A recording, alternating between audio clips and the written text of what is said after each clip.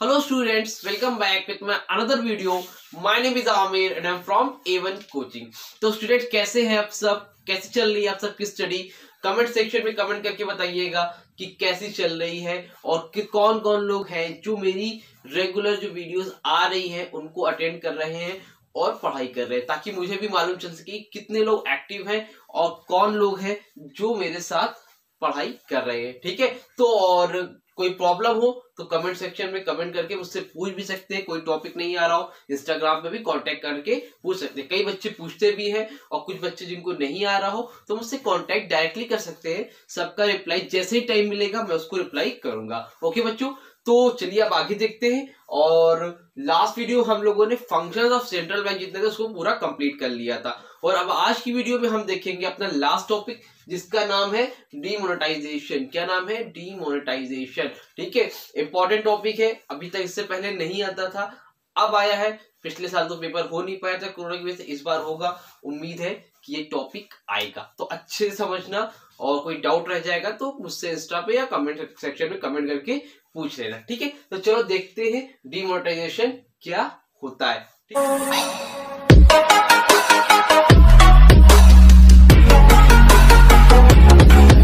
तो डिमोनेटाइजेशन का मतलब क्या होता है बच्चों? देखिए, डिमोनेटाइजेशन का मतलब होता है कि आपको याद होगा आज से 5-6 साल पहले मतलब 8 नवंबर 2016 को 8 नवंबर 2016 को हमारे 500 और 1000 के नोट क्या कर दिए गए थे? बंद कर दिए गए थे। ठीक है, उसको as a legal tender money से हटा दिया गया था। लीगल टेंडर मनी क्या होता है? लीगल टेंडर मनी का मतलब होता है कि वो नोट जो किसी भी कंट्री में as a medium of exchange होती है, मतलब उस नोट से आप किसी सामान को परचेज कर सकते हो। कोई भी गुड्स हो या सर्विसेज हो उसको आप क्या कर सकते हो? परचेज कर सकते हो। बट वो मीडियम ऑफ एक्सचेंज क्या हो गई थी? खत्म कर दिया गया था। उसको बोला गया था कि आज से ये नोट एक्सेप्ट नहीं किए जाएंगे, मतलब ये नोट की एक्सेप्ट नहीं किए जाएंगे, मान्य नहीं होंगे।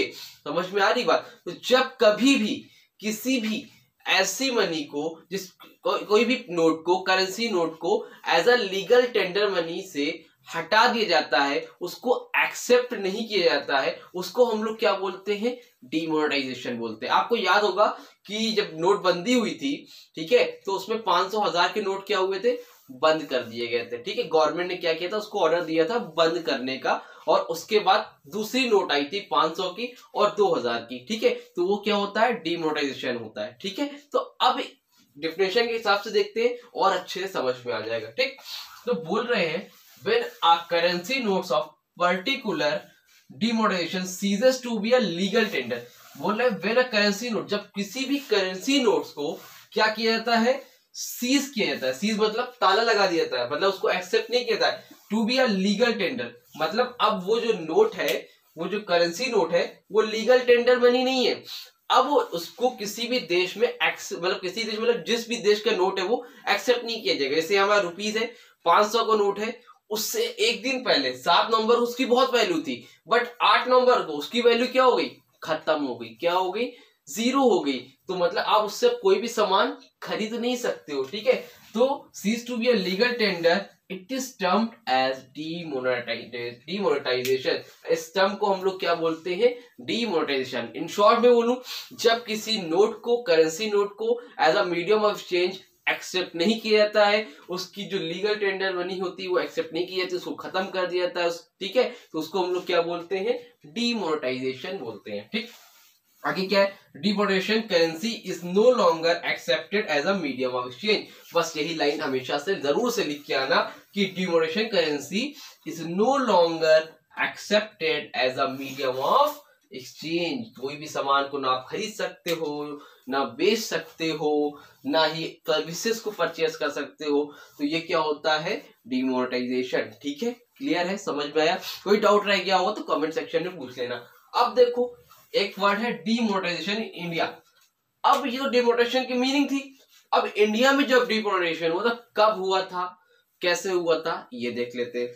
ठीक है, तो 8 नवंबर 2016 को, ठीक है, जो गवर्नमेंट ने क्या अनाउंस किया था? The government announce a historic measure with serious implication for the economy. Economy के लिए कुछ सीरियस डिसीजन लिए थे जिसमें उन्होंने क्या किया था, 8 नवंबर 2016 को जो हमारे 500 और 1000 के नोट थे उसको क्या कर दिया था, डिमोनेटाइज कर दिया था। क्या कर दिया था, उसको डिमोनेटाइज कर दिया था, उसको लीगल टेंडर मनी से हटा दिया था।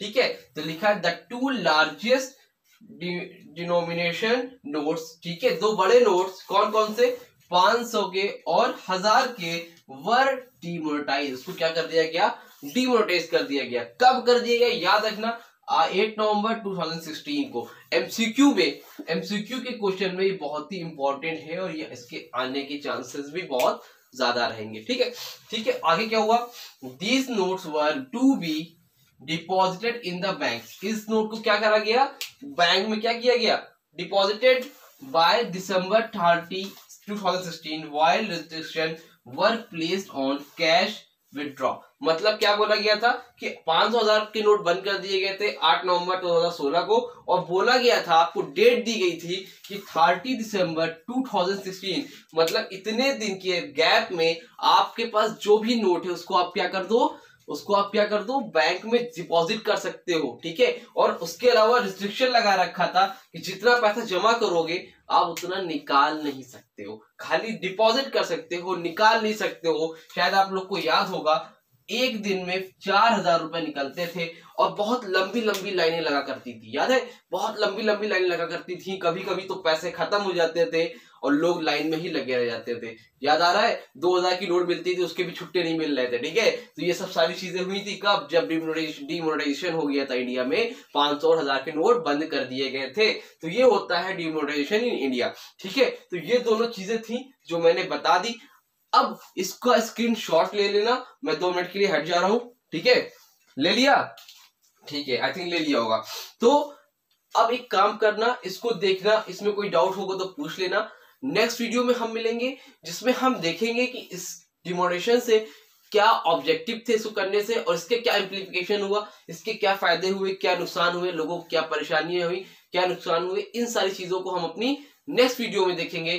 तब तक के लिए बच्चों कोई डाउट होगा तो कमेंट सेक्शन में पूछ लेना, और मिलते तब तक के लिए अपनी नेक्स्ट वीडियो में। तब तक के लिए थैंक यू सो मच।